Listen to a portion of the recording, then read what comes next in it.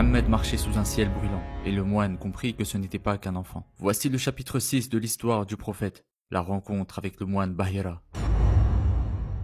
Mohammed grandissait sous la protection de son oncle, Abu Talib, un foyer simple, sans richesse, mais rempli d'amour et de respect. Il était discret, observateur, toujours juste. À la Mecque, les gens l'appréciaient déjà.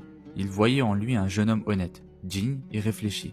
Il ne criait pas, il ne mentait pas, il ne s'imposait jamais, mais personne ne l'oubliait. Très jeune, il commença à travailler. Il gardait les troupeaux, aidait dans les affaires de caravane. Il n'avait ni fortune, ni rang, mais il avait la confiance. Et surtout, il avait le regard d'un homme déjà habité par quelque chose de plus grand. Un jour, son oncle l'emmena avec lui dans un voyage vers la Syrie. Ils marchèrent longtemps avec une caravane de Quraysh, chargée de biens et d'attentes. Ils firent halte à Bouchra, une ville proche des frontières byzantines. Là-bas vivait un moine chrétien, connu sous le nom de Bahira, un homme de solitude, érudit, versé dans les anciens livres. Mais ce jour-là, quelque chose l'alerta. Depuis sa cellule, Bahira observait la caravane, et il vit un détail troublant. Un nuage semblait accompagner un des voyageurs, avançant au même rythme, comme pour le protéger du soleil. Lorsqu'ils s'arrêtèrent sous un arbre, l'ombre se déplaça étrangement, et l'arbre inclina ses branches vers l'enfant, comme pour l'abriter. Bahira fut bouleversé. Il fit alors ce qu'il n'avait jamais fait. Il sortit de son monastère et invita toute la caravane à un repas. Les marchands furent surpris.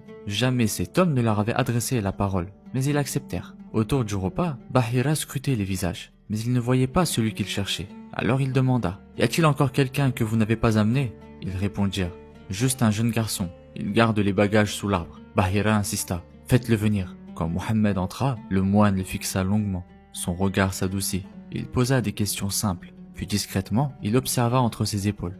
Et ce qu'il vit le bouleversa.